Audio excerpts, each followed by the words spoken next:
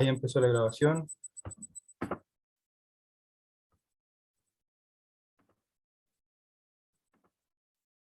Ya. Recuerden que si tienen dudas y yo no les puedo responder porque no veo, voy a estar mirando de vez en cuando el chat, ¿vale? Entonces vamos a partir. Bueno, la clase pasada porque me dijo el profe, lo que me dijo, espérenme un poquito, ahora sí. La clase pasada, por lo que me dijo el profe José, estuvieron viendo teoría celular. Eso quiere decir de que vieron que era una célula. Saben que está descrita mediante la teoría celular y los postulados de la teoría celular, que la célula es la unidad estructural, funcional, de origen y genética de todos los seres vivos, ¿cierto? Además de eso, saben que las células se pueden clasificar en células procariontes y células eucariontes. En este caso, las características de las células procariontes son que la célula procarionte no posee núcleo, a simple vista no posee un núcleo, sin embargo sí puede poseer una zona en la cual se van a organizar ciertas estructuras que van a permitir su funcionamiento, que vendría siendo un núcleo un poco no difuminado. No hay una membrana nuclear, pero sí hay una zona en la que se posicionan ciertas estructuras celulares. No presenta organelos membranosos, presenta ribosomas de 70S. Las células eucariontes, a su diferencia, se caracterizan por poseer núcleo, presentan organelos membranosos y, además de eso, presentan ribosomas, que en este caso vendrían siendo los ribosomas 80S. ¿Qué es lo que vamos a ver hoy día entonces en esta clase? Vamos a reconocer y describir el modelo celular eucarionte. Vamos a diferenciar las estructuras presentes en las células animales y vegetales. Vamos también a establecer la relación entre estructura y función de los diferentes organelos presentes en las células eucariontes. Establecer la relación entre desarrollo y cantidad del organelo con la función celular. Y conocer las distintas adaptaciones.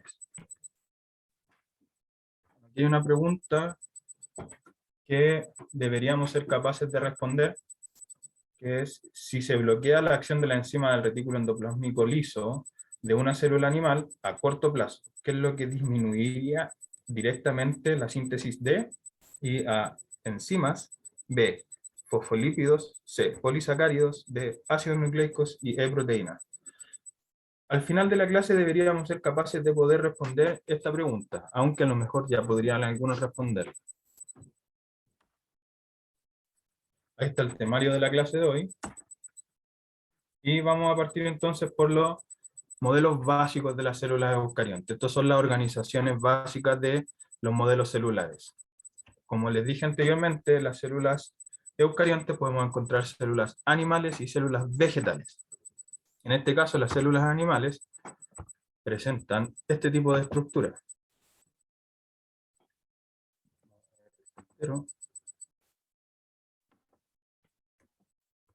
En este caso podemos ver que hay una región que se distingue del resto, que es una región muy grande, en la cual se dice que están organizadas ciertas estructuras que se denominan el núcleo, ¿vale? Posterior al núcleo, muy pegado a él, vemos otras estructuras que vendrían siendo los retículos endoplasmáticos, y más próximo hacia el núcleo está el retículo endoplasmático liso, o sea, disculpen, rugoso, y posteriormente vamos a encontrar el retículo endoplasmático liso.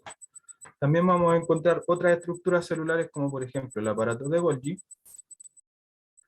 y las mitocondrias. Entonces si vemos acá una fotografía de cada uno de los organelos, podemos ver ahí el núcleo, podemos ver el retículo endoplasmático, que vendrían siendo estas zonas que están aquí,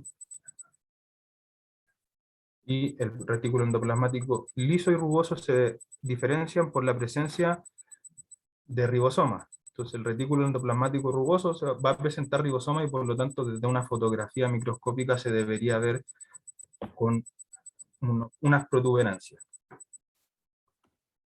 Posteriormente también vemos que está la estructura llamada centriolo. Ese organelo permite ciertas cosas que vamos a ir viendo más adelante las funciones de cada uno. Y las mitocondrias, y como les dije anteriormente, el aparato de Golgi. Entonces vamos con el modelo. ¿Alguna duda respecto al modelo de Profe, ¿podría célula? volver a la imagen anterior? Por supuesto.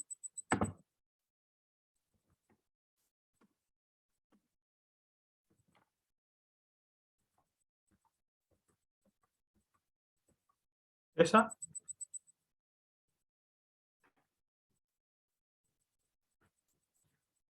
No es necesario que estén copiando el esquema porque Gracias. yo después les voy a mandar igual el PPT, entonces van a tener el PPT, acceso al PPT, ¿vale? Para que no pierdan tiempo en anotar, por ejemplo, en ver la estructura y anotar cada cosa por separado, sino que vayan tomando apuntes porque después esto les va a llegar. Si van a anotar algo, no anoten lo mismo que yo les estoy mostrando porque esto lo van a tener. Es una recomendación. Si les sirve también anotarlo, pueden hacerlo igual. Entonces vamos con la célula vegetal. A diferencia de la célula animal, la célula vegetal ya se ve distinta y en su estructura ya podemos ver diferencias. Por ejemplo, la estructura animal, la estructura de una célula animal constaba solamente de membrana celular, a diferencia de la estructura de una célula vegetal en donde se presenta además de una membrana, una pared celular. Esa es la primera gran diferencia que hay entre los dos modelos. Además de eso, podemos ver la presencia de una vacuola central que viene siendo una gran burbuja, que es lo que se ve acá, que está presente en la mayoría de las células vegetales. Hay algunas donde es más grande la vacuola, otras donde es más pequeña la vacuola, pero es una estructura presente en las células vegetales. Otra diferencia entre las células animales y las células vegetales es la presencia de cloroplastos.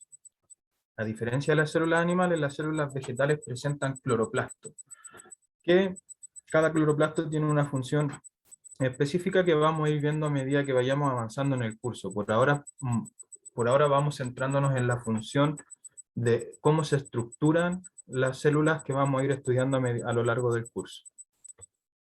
Esto vendría siendo como lo más macro dentro de la temática de unidad celular. Posteriormente podemos ver que también tiene un núcleo. Este núcleo en la célula vegetal es un poco menos prominente. Y al igual que en la célula animal, pegado al núcleo, podemos encontrar las estructuras que son los retículos endoplasmáticos. Nuevamente, el retículo endoplasmático liso y rugoso se van a diferenciar por la presencia de ribosomas. Además de eso, vamos a ver que los retículos endoplasmáticos rugosos siempre se posicionan próximos al núcleo. Quiere decir que yo tengo la estructura nuclear, el nucleol, y después del núcleo, muy pegado a él, se posiciona el retículo endoplasmático rugoso. Más adelante vamos a entender por qué se posiciona de esa forma. Porque toda esta estructura que se está dando o que se está modelando en este modelo un poco básico de la célula vegetal y animal, tiene un porqué y una organización lógica, no es una organización al azar. También aparece el aparato de Golgi, sin embargo, también vemos acá que el aparato de Golgi se puede diferenciar del aparato de Golgi de la célula animal. ¿Por qué? Porque en la célula animal el aparato de Golgi se posiciona entre el retículo endoplasmático rugoso y el retículo endoplasmático liso, a diferencia de acá donde lo vemos muy mismo en la célula anterior, en el modelo anterior, si lo ven, se posiciona entre medio de lo que vendría siendo el retículo endoplasmático liso. Se forma como una invaginación y dentro de esa invaginación invaginación es el proceso que hay donde una estructura forma como un saco. Entonces acá si ustedes se dan cuenta, el retículo endoplasmático en las células animales forma un saco y dentro de ese saco se va a posicionar el aparato de Golgi. A diferencia de lo que vemos en la célula vegetal, que en la célula vegetal el aparato de Golgi no se posiciona dentro de una invaginación que se forme dentro de los retículos endoplasmáticos. ¿Puedo avanzar o necesitan que les deje un momento esta lámina? Si voy muy rápido también tienen que decirme, porque piensen de que para uno esto es súper fácil, pero yo sé que para ustedes no es tan fácil. Entonces, por eso los pregunto. Voy a mirar el chat. No hay nada en el chat por ahora. Entonces vamos a avanzar.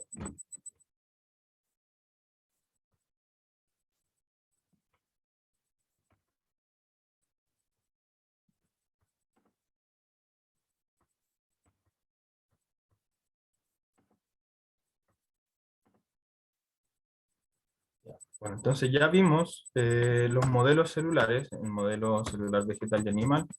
Entonces ahora podríamos hacer una tabla comparativa entre ambos modelos. Por ejemplo, si quisiéramos comparar bajo el criterio de presencia de centriolos, en la célula animal o en la célula vegetal va a haber o no va a haber. Y en ese sentido podríamos clasificar. ¿Cómo lo clasificarían ustedes? ¿Dónde hay presencia de centriolo y dónde no hay presencia de centriolo? ¿Alguien me puede responder? Si no es por acá, por el chat también es posible.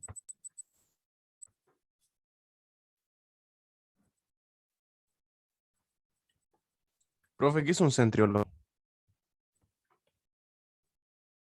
Cuando vimos los modelos, vamos a ir viendo más adelante cada uno de de las estructuras que estamos hablando, ¿vale?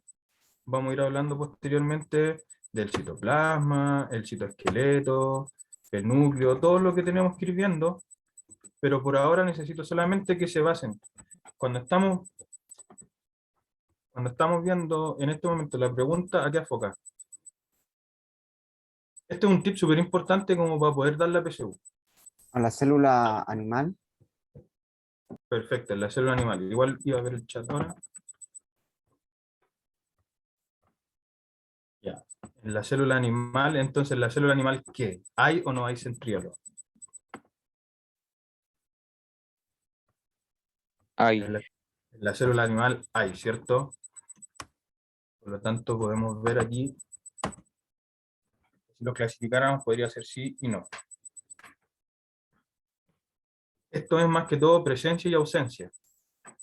¿Vale? Entonces, cuando ustedes estén dando la prueba, la PTU, van a tener preguntas donde les van a preguntar acerca de algo específico y puede que le pongan algún distractor o no. Yo di la PTU y la PTU no es difícil, es incluso un poco más fácil que la PSU. Y a medida que vaya avanzando la PTU va a ser cada vez un poco más difícil. Así que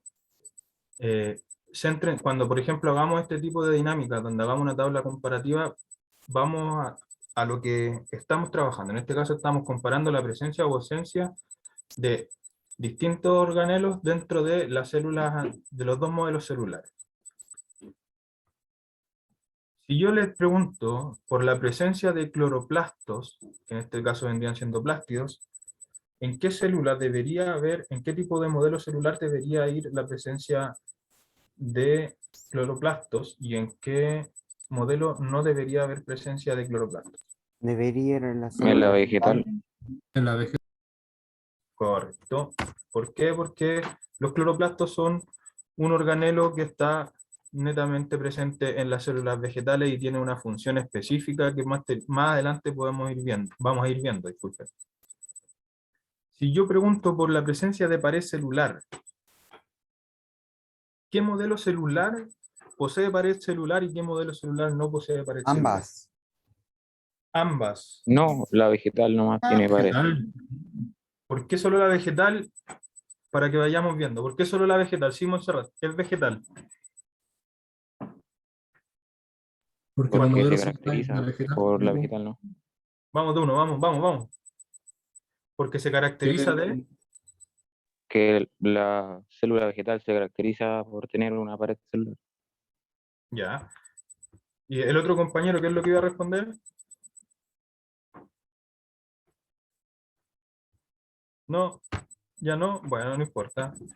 Bueno, este es un error bastante común y una de las cosas que tenemos que también ir sacándonos es perderle el miedo a equivocarse, porque cuando uno se equivoca también aprende. De hecho, es mayor el aprendizaje dentro de la equivocación que del acierto. ¿Vale?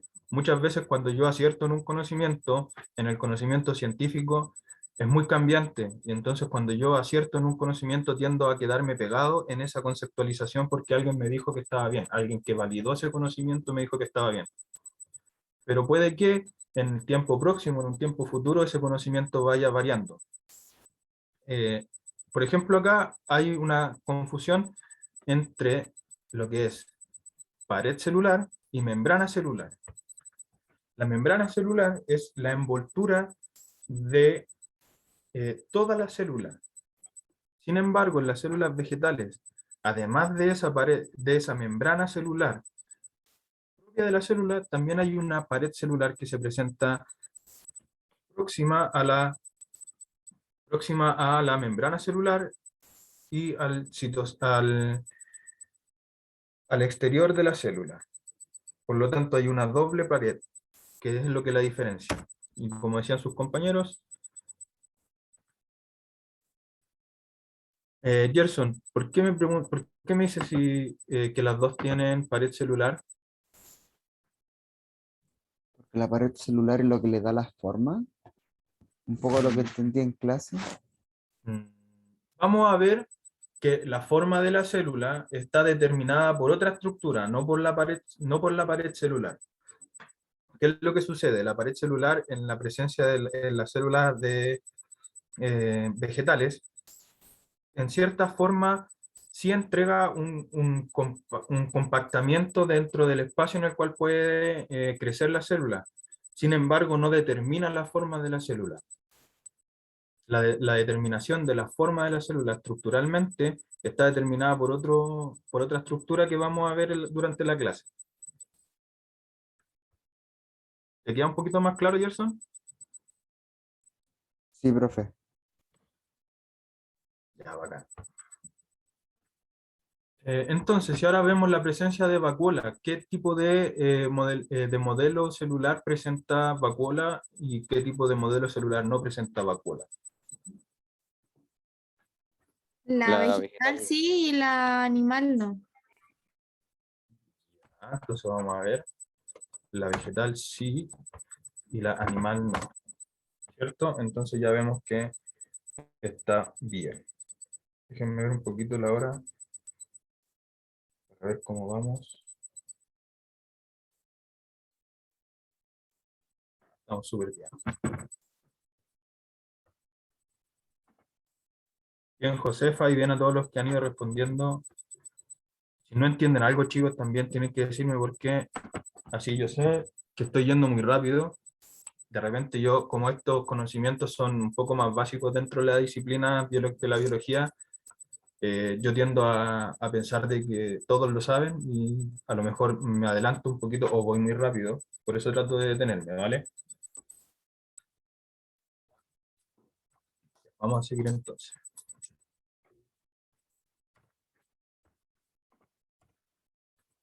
Entonces vamos a ver ahora los componentes de la célula eucarionte. En este caso vamos a ver el primer componente, que es el citoplasma, que se podría definir como una emulsión coloidal, es de un aspecto muy fino, de aspecto granuloso, llamada citosol, y es más una diversidad de organelos celulares que desempeñan diferentes funciones. Ya, Yasmin, antes de que entonces avancemos, voy a responderle a la Yasmin que estaba preguntando por la diferencia entre la membrana y la pared celular. Ya, mira. La diferencia está tanto de estructura como de función. La pared celular está compuesta por, déjame revisarlo bien para no perderme, que lo tengo anotadito aquí en mi cuaderno.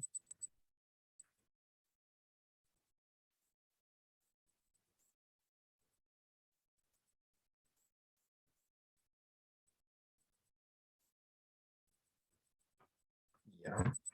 Ahora sí. Entonces la pared celular está formada por celulosa, que es una estructura diferente a la estructura de la membrana celular. La membrana celular está formada por una bicapa lipídica.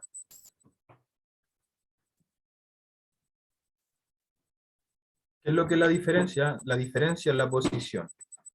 La estructura también le da la posición espacial. Por ejemplo, yo tengo todos los organelos que estábamos hablando, y esos organelos se estructuran dentro de un compartimiento.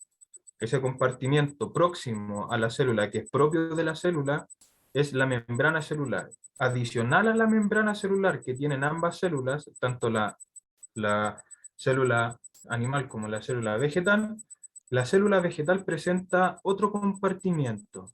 Ese segundo compartimiento, que se da por una razón de la teoría de cómo evolucionan las células, o cómo evolucionaron las células a través del tiempo, nos dice de que las células vegetales presentan otra estructura, además de la membrana que ya poseen las células normalmente. Y esa estructura le permite poder incluso saber cómo se comunican células continuas, formando plasma, formando distintas estructuras. Por lo tanto, ¿cómo podemos diferenciarlo? ¿Por qué? Porque en las células vegetales, la membrana más externa que se puede visualizar cuando yo hago la pizarra, como para poder ocuparla igual, que está atrás mío.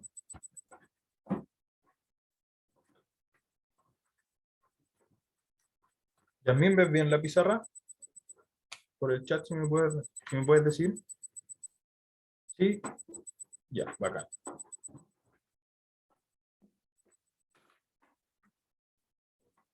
La célula va a presentar una doble, la célula vegetal va a presentar una doble pared. Aquí están los organelos, bla, bla, bla. Y si yo veo la estructura de la membrana que cubren, de las cubiertas de la célula vegetal, me voy a dar cuenta que desde la célula hacia el exterior está la pared, y próxima al citosol voy a encontrar la membrana celular. Tanto en estructura como en posición son diferentes. Creo que no se ve muy bien. Voy a ver si puedo ocupar el que está acá. Vamos a cambiar el puntero.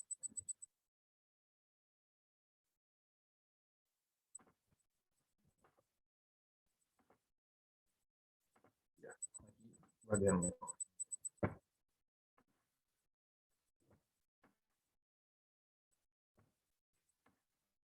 A lo Art Attack, no, chiquillos, ya. Con mucha imaginación, esto vendría siendo como solamente una parte de la célula.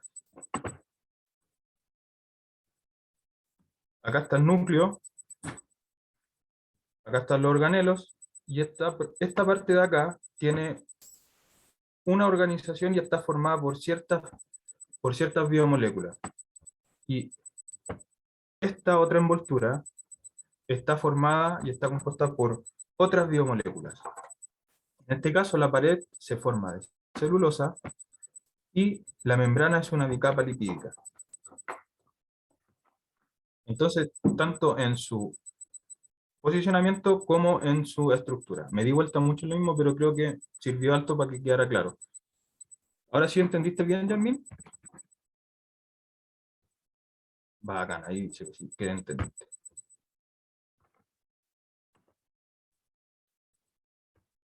Vamos a borrar para poder avanzar.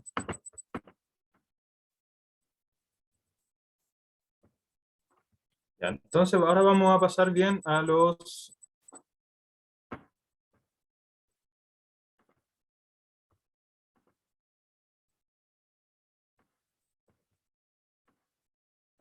componentes de la célula eucariante.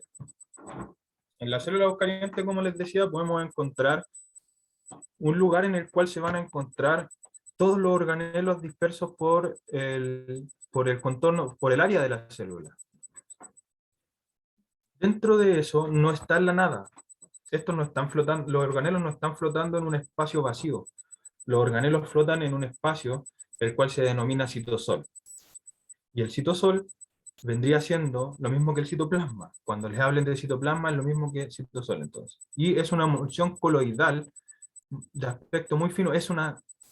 Podríamos verlo como una estructura que no es líquida, pero tampoco es sólida. Es más bien como una gelatina, es como un estado de la materia distinto, en el cual se va a permitir que los organelos se puedan desplazar. ¿Por qué? Porque la célula no tiene una forma fija, a diferencia de lo que se ve en todos los esquemas que están acá, que yo les presento.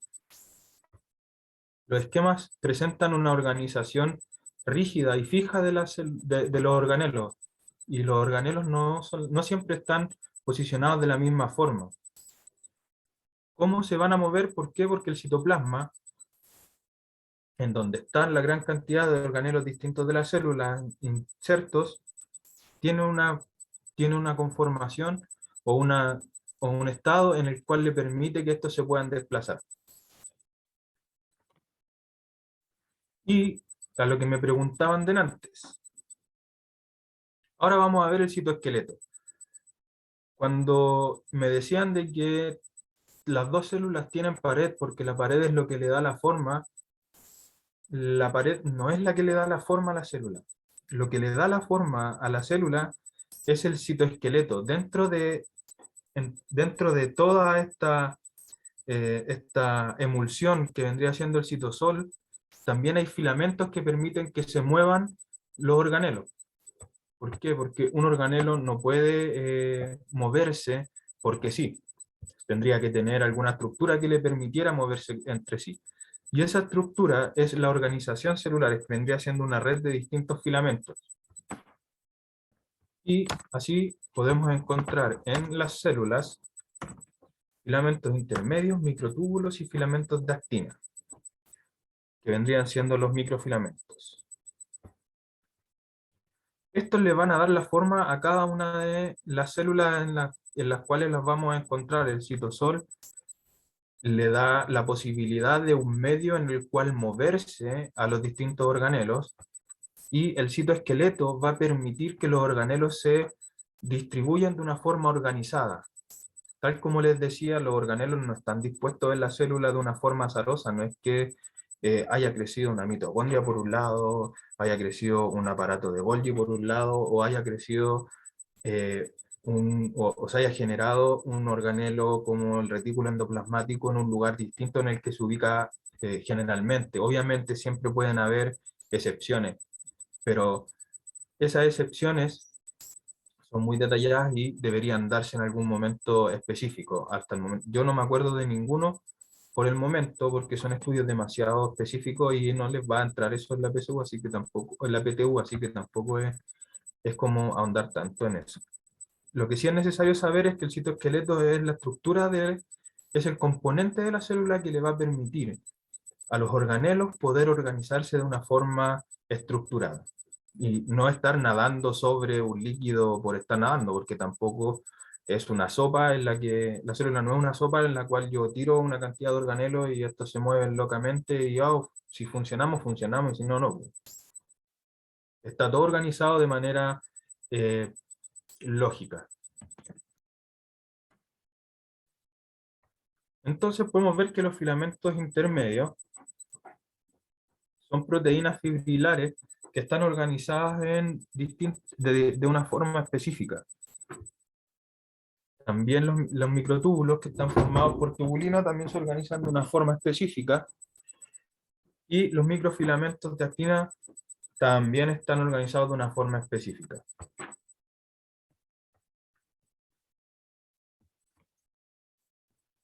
¿Cuáles son las funciones del citoesqueleto?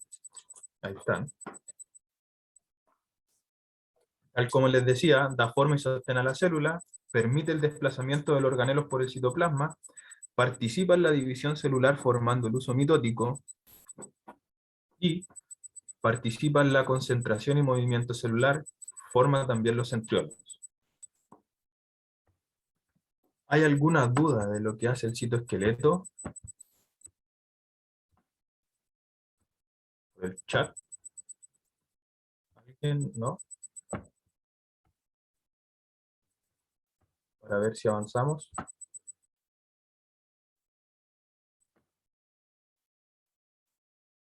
Entonces avanzamos.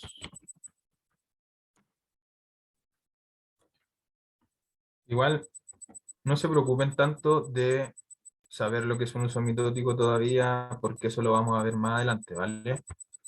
Cuando veamos división celular, vamos a ver qué es lo que es el uso mitótico.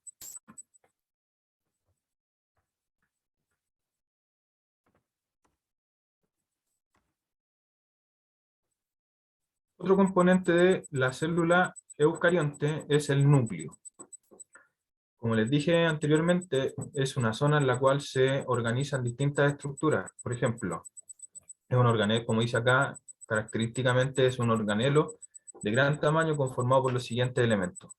Tiene una membrana nuclear o carioteca, tiene una cromatina, es ADN e histonas, que vamos a ver más adelante también. Tiene una matriz celular con ribonucleoproteínas y proteínas no histónicas. Estos componentes los vamos igual a revisar más adelante, así que por el momento no es necesario ahondar tanto en el tema, sino que aquí lo importante de esta clase es que vayamos viendo la función más, un poco, adentrar un poco dentro de la función de cada componente, y además de eso ver cómo se organiza un modelo celular. Pero más adelante vamos a ir viendo el resto, ¿vale? Bueno, aquí hay una foto y el núcleo es un organelo muy interesante en la biología, porque hay una pugna dentro de quienes descubrieron y quienes fueron los que aportaron a descubrir el núcleo dentro de la célula. Y vamos a encontrar de que Leeuwenhoek fue el primero en poder visualizar un núcleo. Sin embargo, el descubrimiento del núcleo se le atribuye a Robert Brown, que fue quien fue capaz de describirlo. Y por lo tanto se le atribuye a él su descubrimiento.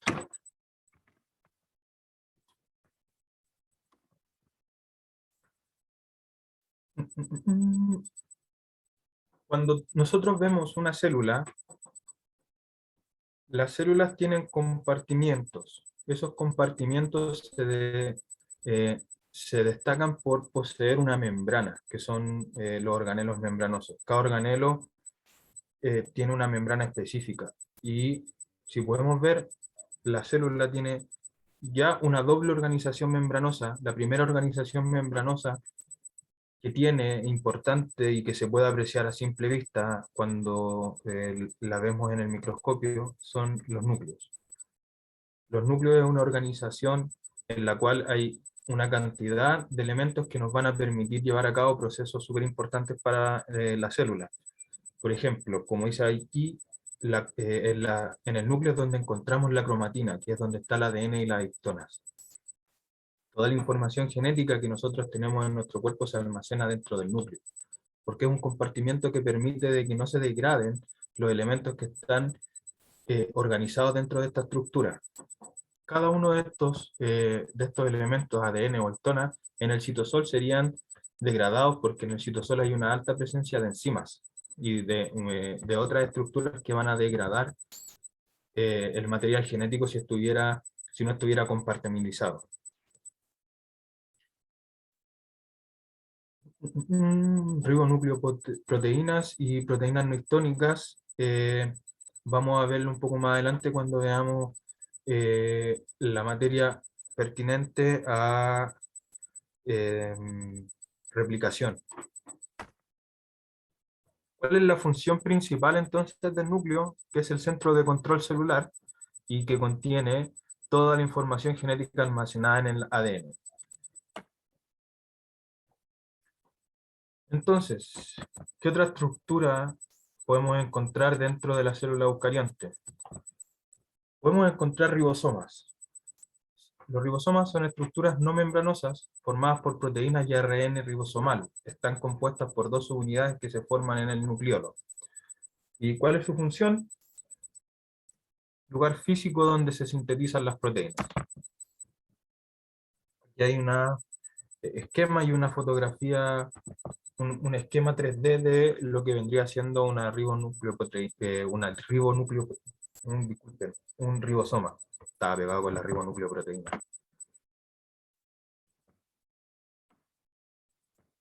Como podemos ver, el ribosoma se compone de una subunidad mayor y una subunidad menor.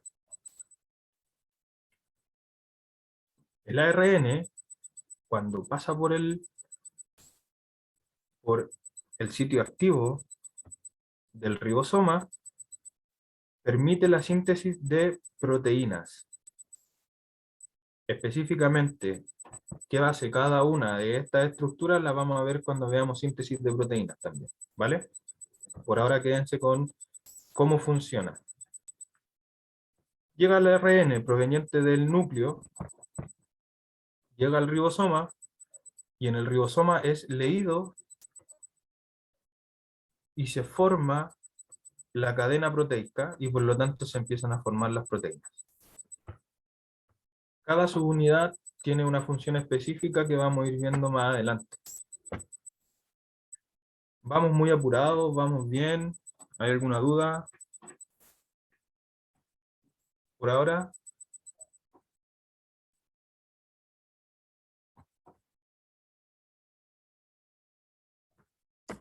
¿No? Vamos bien, profe, vamos bien. Ya.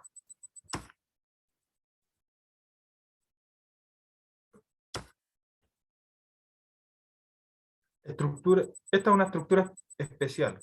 ¿Por qué? Porque tal como dice ahí, los ribosomas son estructuras que están presentes tanto en procariontes como eucariontes. Ambos necesitan producir proteínas para poder llevar a cabo distintas funciones.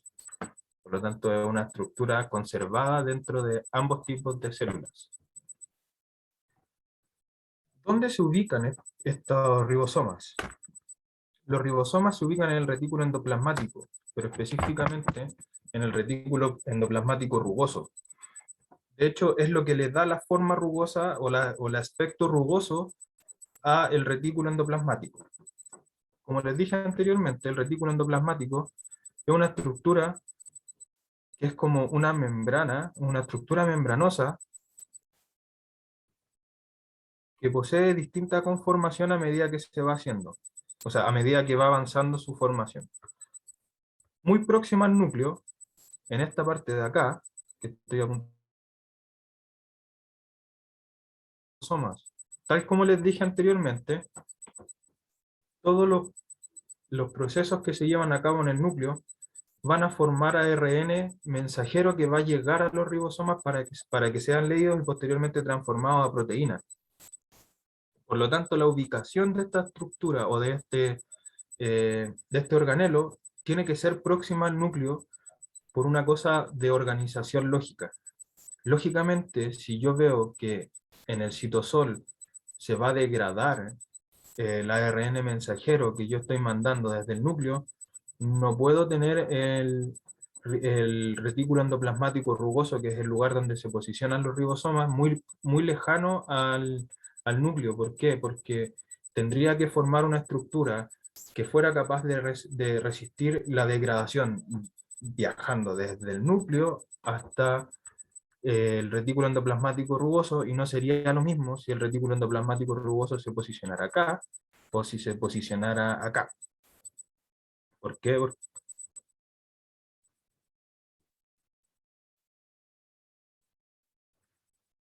Estas organizaciones que estamos viendo, Gerson, estas organizaciones que estamos viendo acá, son organizaciones, son esquematizaciones realizadas por personas que visualizaban ciertas cosas o modelizaciones respecto a para simplificar el entendimiento de su funcionamiento. Pero si tú analizas una fotografía o una fotografía microscópica, vas a poder encontrar distintas formas del retículo endoplasmático rugoso. A lo mejor vas a encontrar algunas células donde el retículo endoplasmático rugoso sea más grande o sea más pequeño, y siempre va a depender necesariamente de la función que lleve esa célula. Si yo tengo una célula que necesito que la síntesis proteica a partir de esa célula sea muy grande, el retículo endoplasmático rugoso debería ser más prominente que en una célula donde se preocupe de, por ejemplo, generar proteínas o que necesite menor cantidad de proteínas. ¿Queda un poquito más claro? Sí, profe. Bacán. Entonces, como les decía, la organización de la célula vemos que es lógica, no es una organización azarosa de cómo se posicionan los organelos, y acá es la primera evidencia de eso. Posterior al retículo endoplasmático rugoso, que se pueden apreciar acá con los puntitos que son los que representan a los ribosomas, vamos a encontrar una porción del retículo endoplasmático en donde la presencia de ribosomas va decayendo, va disminuyendo hasta que es inapreciable, por lo menos a como lo hemos visto hasta el momento. Puede que más adelante nos demos cuenta de que existen, o que haya uno que otro ribosoma dando vueltas por el retículo endoplasmático liso, pero a simple vista, dentro de cómo hemos visto y visualizado la organización celular, se visualiza como la parte membranosa en la que no se presentan ribosomas incrustados dentro de su formación, sino que se forman vesículas. Y esa porción en donde no se encuentran ribosomas en el retículo endoplasmático es la porción del retículo endoplasmático que se denomina retículo endoplasmático liso.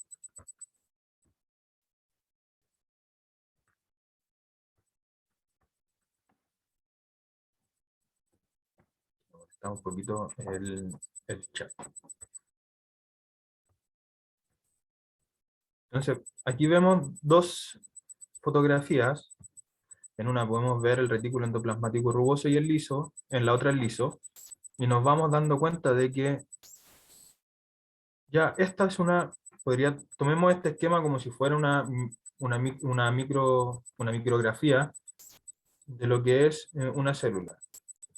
Si yo voy más adentro y yo solamente tomo una porción de acá, esta parte que estoy acá apuntando con el láser, voy a encontrar el retículo endoplasmático rugoso, y si lo visualizo, esa porción de acá se va a visualizar de esa forma, en la que, si se dan cuenta, por la parte externa de los espacios que se forman en esta estructura membranosa que hay, se ven los bordes más negros. Esos bordes negritos que ustedes ven ahí se debe a la presencia de ribosomas. Y si vemos acá la misma micrografía, pero de la parte lisa, que vendría siendo la parte de por acá, o una fotografía de acá, nos damos cuenta de que al ojo se ve distinto y se ve de esta forma. Bueno, a esta altura ya hay fotografías a color, pero en el material que me mandaron justo hoy día, porque como el José me mandó el material de hoy día, estaban estas fotos. Pues yo ya ahora más adelante voy a tratar de buscar fotografías un poco más actualizadas de estos tipos celulares que vamos a ir viendo. Entonces, si vemos el retículo endoplasmático rugoso, tenemos que ver que va a tener distintas Profe, funciones. Dígame. disculpe, ¿podría repetir lo que mencionó del ARN mensajero, verdad? Ya. Por favor. El retículo endoplasmático rugoso es el lugar donde las proteínas se forman.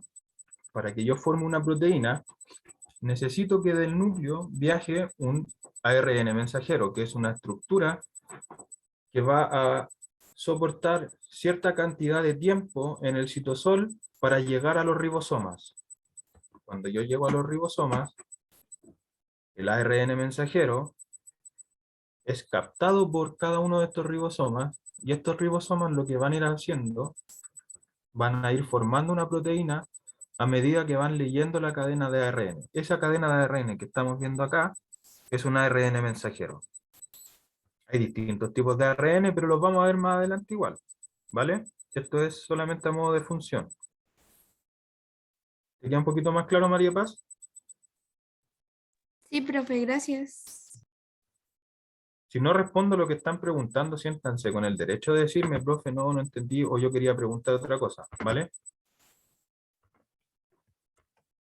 Entonces, si vamos acá.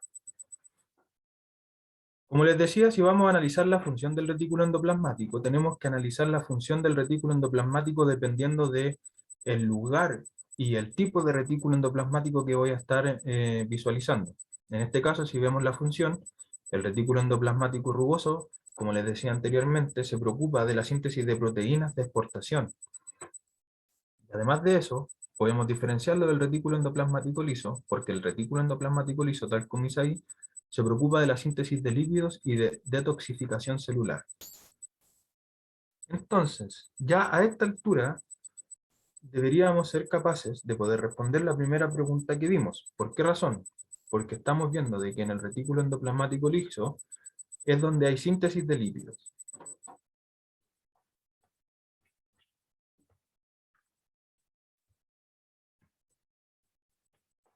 Como les decía, también aquí podemos ver que la ubicación es distinta. La ubicación del retículo endoplasmático rugoso es próxima al núcleo. Vimos que es próxima al núcleo por un asunto lógico y de funcionamiento. Mientras más cerca, menos energía tengo que gastar en formar un ARN mensajero. A ver, ¿cómo se lo explico para no adentrar tanto en lo que es ARN? El tiempo que va a durar el ARN mensajero fuera del núcleo va a depender de su estructura y del largo de la cadena que ésta posee.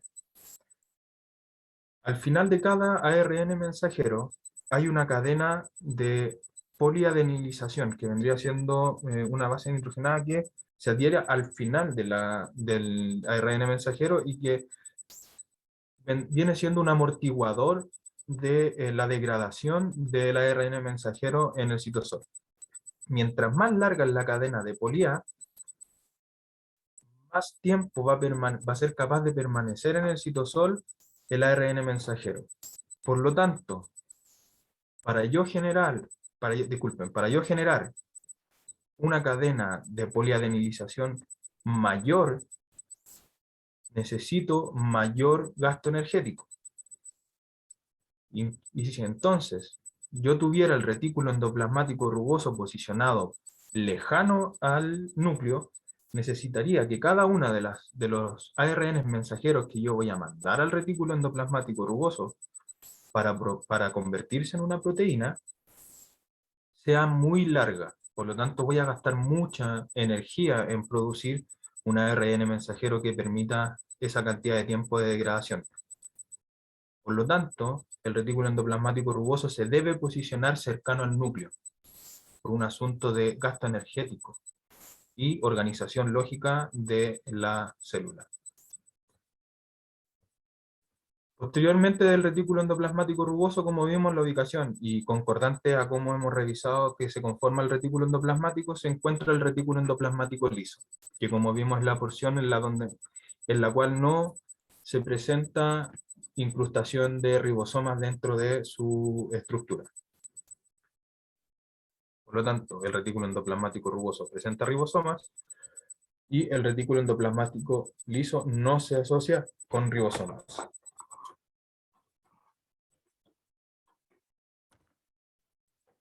Nuevamente una fotografía un poco más cercana y un poco más actualizada, como les decía, pero no es una fotografía, esto es una esquematización en 3D de cómo podrían ser la organización del retículo endoplasmático rugoso, y aquí vemos cómo están los ribosomas y vemos que hay unas colitas ahí que se ven que son como unos hilitos que une cada una de las estructuras azules, y esos hilitos vendrían siendo las cadenas proteicas. No, miento. Esos hilitos vendrían siendo los ARN mensajeros, y hacia el interior ahí vemos cómo se van formando las proteínas. Todas esas estructuras un poco rojitas que hay ahí son proteínas.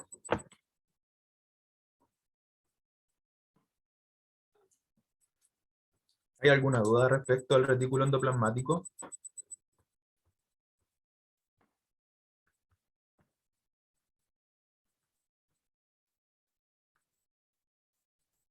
No, nada. ¿Está todo clay? ¿Está todo clay? Todo claro, profe. Ya, qué bueno.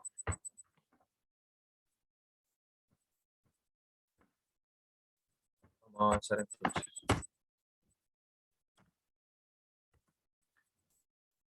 Vamos al aparato de Golgi. No les quise hacer la pregunta porque después les voy a mandar la guía.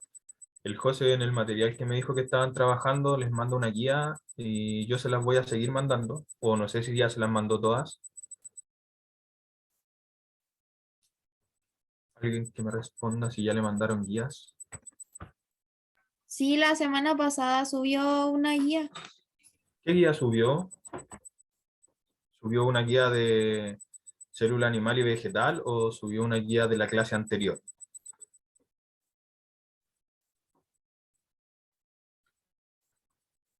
Eso necesito saber, si el José les pasaba la clase y después de la clase les pasaba la guía respectiva a la clase, o les mandaba la guía primero y después veían la clase. O sea, esa clase dijo que todo lo que habíamos visto ese día no iba a servir para responder esa guía. Supongo que era lo de la clase. Ah, perfecto. En realidad yo pude hacer solo la mitad por ¿Sí? tiempo. A ver, otra cosa que tenemos que ver es que, a ver, espérenme, déjenme ver cuánto falta, cuántas diapos quedan. Porque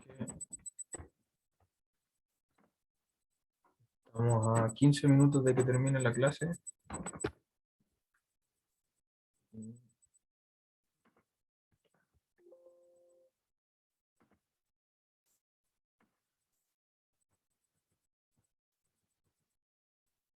Uy, vamos recién en la mitad. Me he quedado pegado mucho rato. Ya vamos a ir avanzando un poquito más rápido, pero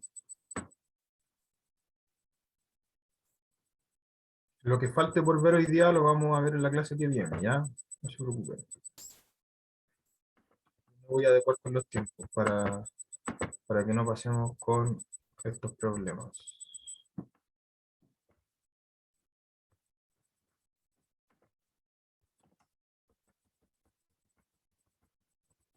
Y abrimos.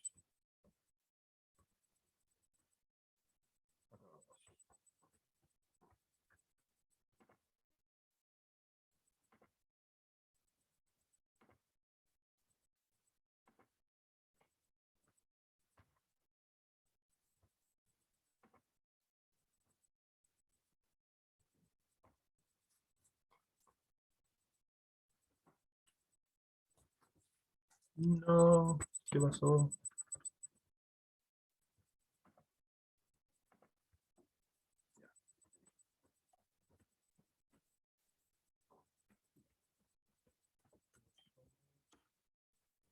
Retículo endoplasmático, lo vimos. De la alternativa de lo que viene. Ya. El aparato de Golgi.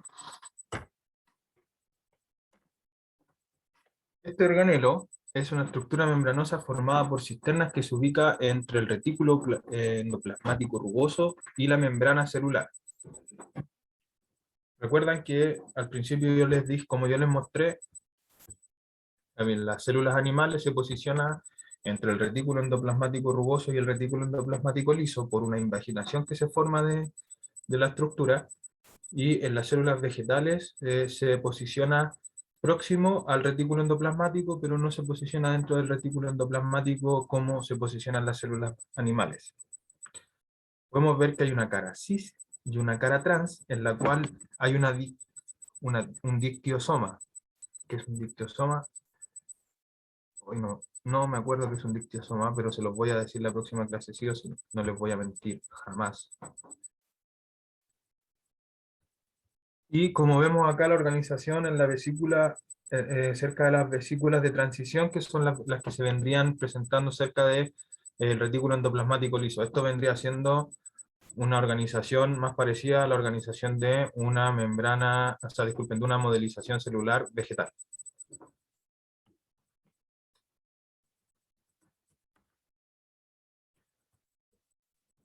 El aparato de Golgi, la función es el procesamiento y la maduración de los productos que se originan dentro del retículo endoplasmático rugoso, la formación de vesículas de exportación, y es el precursor de los acrosomas, de los espermatozoides.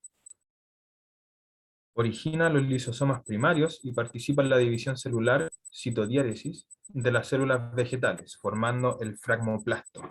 El fragmoplasto vendría siendo la estructura voy a remarcar. Esta estructura que ven que se está formando acá vendría siendo el fragmoplasto. ¿Cuál es la actividad celular del aparato de Golgi? Es una función secretora. El acrosoma es esta estructura que está acá en el espermatozoide.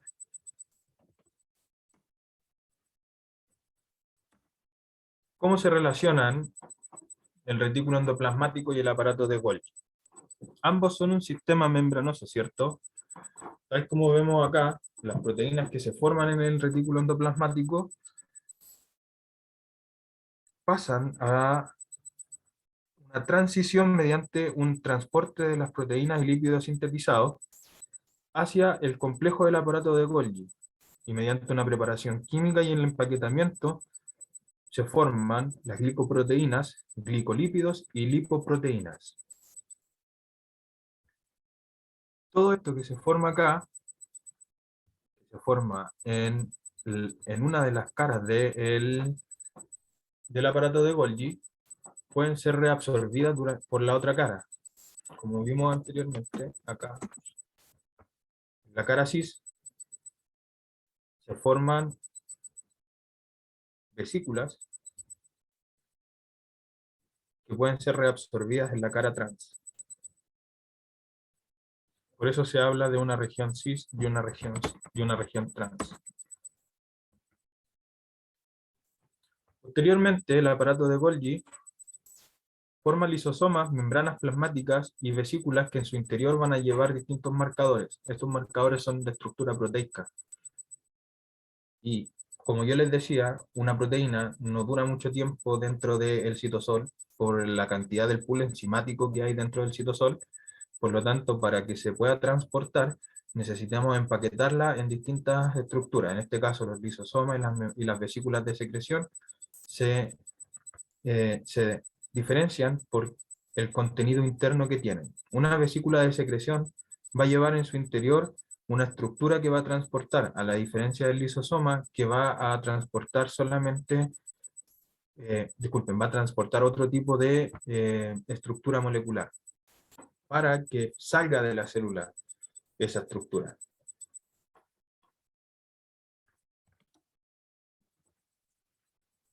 Este es un esquema a continuación se presenta un esquema de algunas estructuras celulares. Tendríamos que ir detallando cada una de estas estructuras. Al respecto, es correcto afirmar que en 1 se pueden contener lípidos y o proteínas, en 2 se sintetizan lípidos, en 3 se puede solo contener proteínas, en 2 corresponde al retículo endoplasmático liso, y 1 contiene proteínas maduras. ¿Cuál sería la correcta, según ustedes? Voy a ver el chat. Me responden en el chat.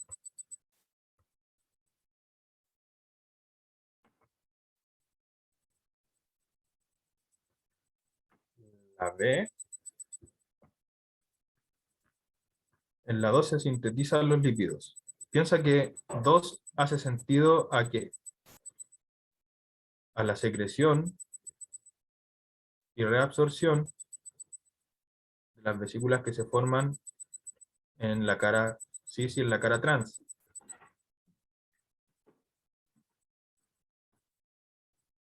Uno puede contener lípidos o proteínas.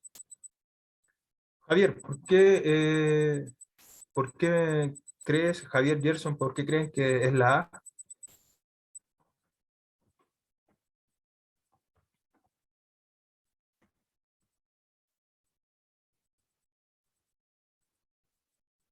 Por lo que vieron ahí, ¿cierto? Entonces podemos ver de que, tal como respondía Javier y Gerson por interno en el chat, en el 1 es donde podemos encontrar lípidos o proteínas, por lo tanto lo correcto vendría siendo eso.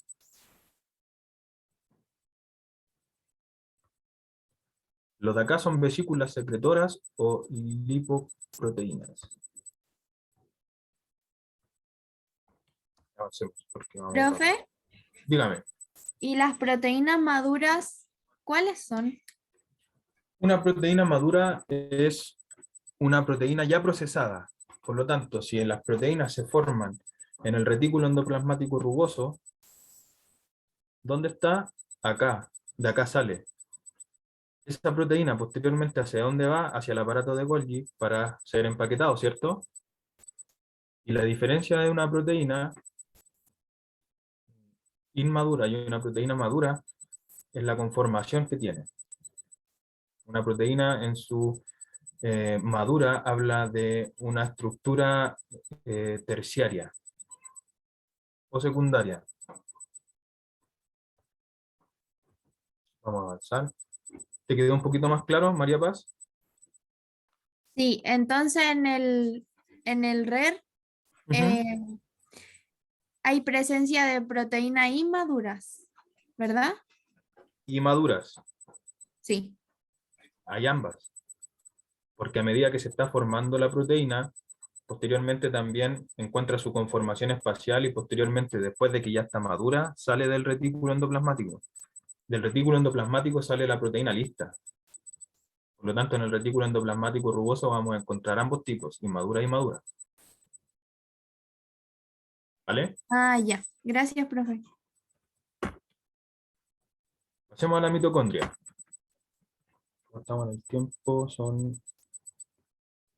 quedan 7 minutos.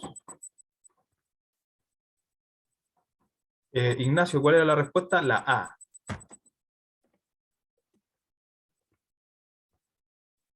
La respuesta A era la respuesta correcta. ¿Te quedó claro por qué, Ignacio?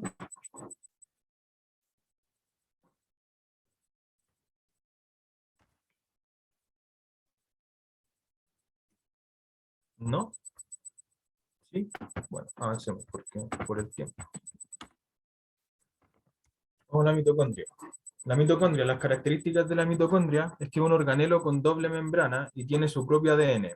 ¿Por qué es un organelo con doble membrana? Por la teoría de evolución celular, se piensa de que las mitocondrias, al igual que los cloroplastos, eran un tipo de bacteria que fue absorbida por una bacteria, por una célula eucarionte, y el beneficio que le fue llevando a esa célula eucarionte la absorción y la mantención de esa molécula dentro de su estructura, se fue manteniendo durante el tiempo hasta crear prácticamente una simbiosis entre ambas tipos de células, y llegó el punto en el que se transformó en un organelo de la célula eucarionte. Más o menos a grandes rasgos esa es un poco la explicación de por qué tiene una doble membrana. Tiene doble membrana porque con el tiempo, al principio, se pensaba de que era, se teoriza, no se piensa, se teoriza respecto de que del origen de las mitocondrias y los cloroplastos. Entonces se dice de que tienen un origen especial. ¿Por qué razón? Porque tienen un ADN específico, tienen un ADN propio. Yo, como ser humano, voy a tener ADN mitocondrial y ADN nuclear. Y se ha dado cuenta de que esa doble membrana tiene que ver, ¿por qué? Porque cuando una célula absorbe a otra célula, al igual que lo que pasaba en el retículo endoplasmático, que se forma como un saco, la célula que absorbe a otra forma un saco, una vesícula, una invaginación, y absorbe al otro organismo. Con el tiempo, ese organismo, eran tantos los beneficios que le traía a la célula eucarionte absorber ese tipo de células presentes en su medio ambiente, que con el tiempo se fueron haciendo cada vez más cercanas a tal punto de que comparten cierta cantidad de genes y por lo tanto se acoplaron y hicieron simbiosis y se mantuvo con el tiempo. Entonces hoy en día la teoría dice de que esa doble membrana es un indicador de esa teoría de evolución celular. ¿Quedó un poquito más claro, Gerson? Sí, profe, era para escribir más lo que había dicho usted. Vale. Otra. Entonces, ¿cuál es la función de la mitocondria? Realizar procesos de respiración celular para la obtención de ATP. También lo deberíamos ver más adelante, así que no se preocupen, por ahora no vamos a ahondar. Otro componente de la célula eucariante son los lisosomas. Las características de los lisosomas, que son vesículas delimitadas por una membrana que contiene una multitud de enzimas digestivas, hidrolasas ácidas, que son las activas a pH ácido. Disculpe, que solo son activas a pH ácido, que es más o menos en torno al pH a nivel 5. Su función es llevar a cabo la digestión intracelular, actuando como sistema digestivo de la célula. Realizan la autofagia celular, colaborando con la renovación de la célula. La autofagia celular hace referencia al proceso en el que la célula va eliminando o va cambiando los desechos que va quedando cuando crece. Una célula va creciendo, y a medida que va creciendo la célula se van formando distintos desechos en todos los procesos que están involucrados dentro. O bien se encuentra con, no sé, un retículo endoplasmático defectuoso. ¿Para qué voy a querer un retículo endoplasmático defectuoso si lo que yo necesito es mantener retículos endoplasmáticos funcionales? Por lo tanto, puede que esté consumiendo energía. Para que no consuma energía, necesito hacer una autofagia de lo que yo tengo dentro. ¿Queda claro o no queda tan claro? ¿Me expliqué bien? ¿Lo puede explicar de nuevo, profe?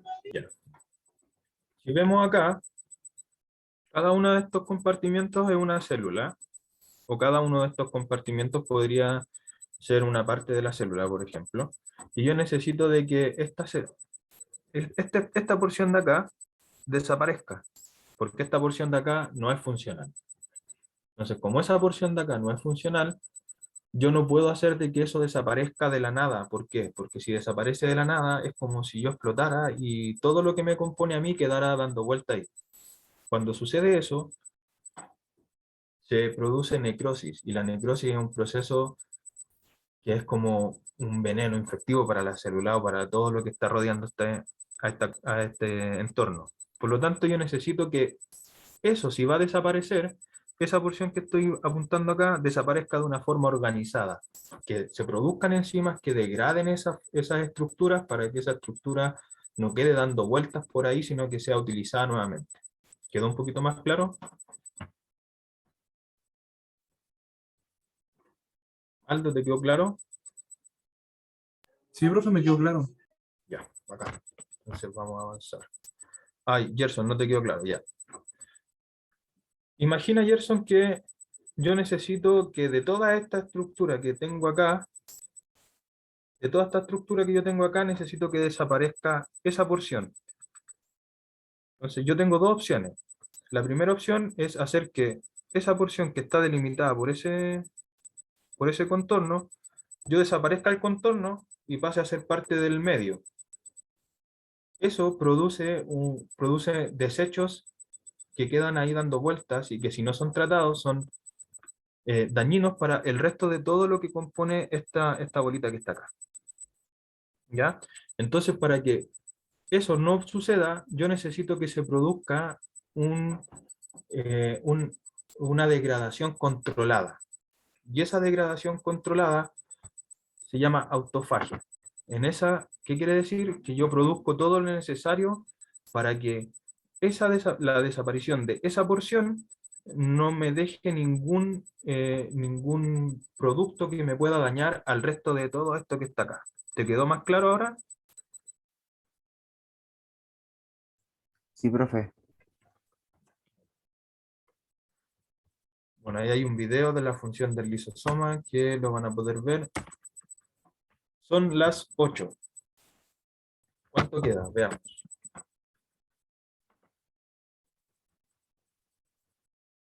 Queda harto.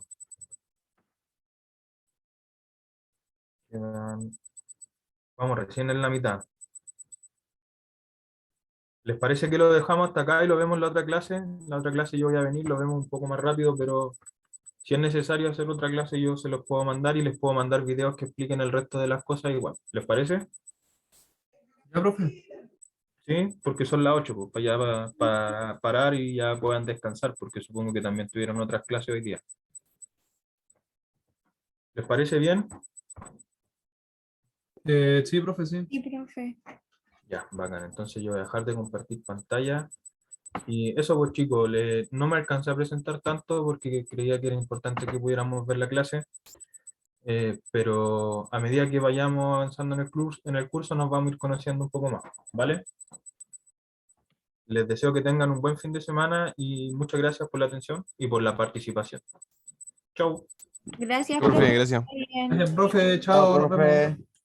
Ah, Quiere. chiques, los que quieran, bueno, los que no, la otra clase se los digo. Les voy a dejar mi correo acá anotado en el chat.